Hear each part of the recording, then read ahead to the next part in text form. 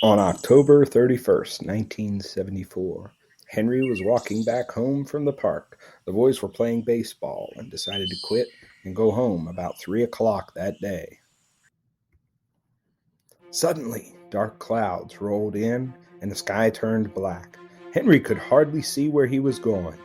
Henry noticed gravestones began slowly rising from the ground. He didn't remember those stones being there before. Henry couldn't take his eyes off the stones as he walked toward home. Henry turned the corner at Chestnut Street, but something looked different. That tree wasn't there before, he thought to himself. He continued up the road and noticed a glowing orange light coming from the porch of a spooky-looking house. Henry looked around and he saw the same glowing light on the porches of other homes.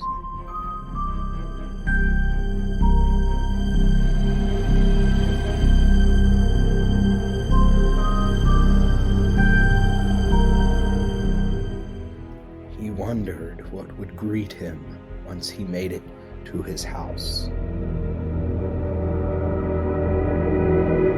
Henry got